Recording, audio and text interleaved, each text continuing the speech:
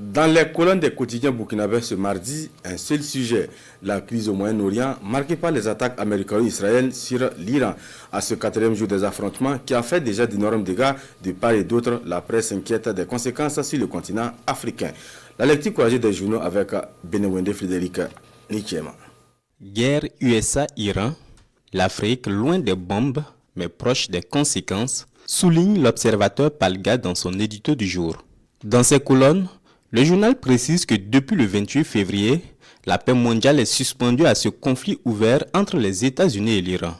3 jours d'un conflit qui a déjà fait de nombreux dégâts de part et d'autre et qui ne fait que se métastaser aux alentours avec ces pays qui subissent les fougues du fougueux voisin parce que abritant des bases militaires américaines. Selon le doyen des quotidiens burkinabés, dès les premiers tirs, les institutions africaines, notamment l'UA et la CEDEAO, se sont dépêchées de faire des communiqués lénifiants pour appeler à l'arrêt des combats.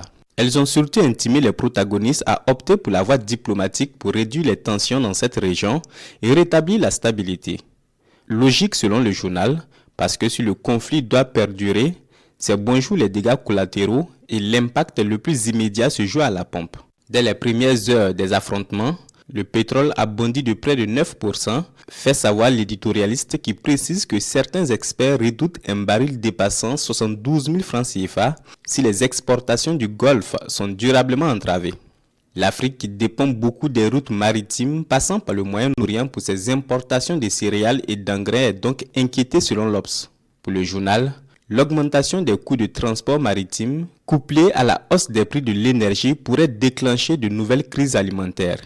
Après cette lecture de la situation, on comprend aisément la posture des institutions africaines qui se mêlent à la limite d'une bagarre où même les puissances moyennes ne comptent pas, fait savoir l'observateur Palga.